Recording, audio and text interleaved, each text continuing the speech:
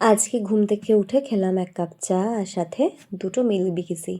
Recent 2 weeks ধরে milk বিকিসির ওপর আমার একটা ঝোঁক উঠেছে, বেশ কদিন পরে আর কি খাচ্ছি তো সেই কারণে। তারপর খেয়েছিলাম একটা ডিমের পোস্ট। যদিও আজকে ব্রেকফাস্টে প্রচুর অপশান ছিল, স্টিল আমার কিচ্ছু খেতে ইচ্ছে করছিল না, জাস্ট কিছু না। তাও মা বলাতে ডিমের পোচ খেলাম আর 2টো ডিম দিয়ে পোচটা বানিয়ে দিয়েছিল মা। খেতে তো ভীষণ ভালো হয়েছিল, এটা খেতে আমি সত্যি খুবই ভালোবাসি।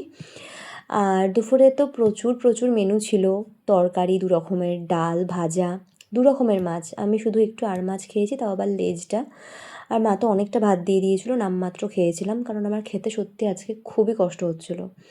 দেন যেটা পছন্দ করি পেঁপে, সেটা খুবই তৃপ্তি করে খেয়েছিলাম ওই বিকেলবেলায় 4:30 নাগাদ। আর সন্ধ্যা থেকে কিছুই খাওয়া হয়নি। রাত্রিবেলাতে আমি ফাইনালি ট্যাংরা মাছের ঝোল আর আলু পটলের তরকারি দিয়ে ভাত খেয়েছিলাম। আর এই ট্যাংরা মাছের ঝোলটা খুব টেস্টি হয়েছিল, পটলটাও ভীষণ ভালো। That's it for today.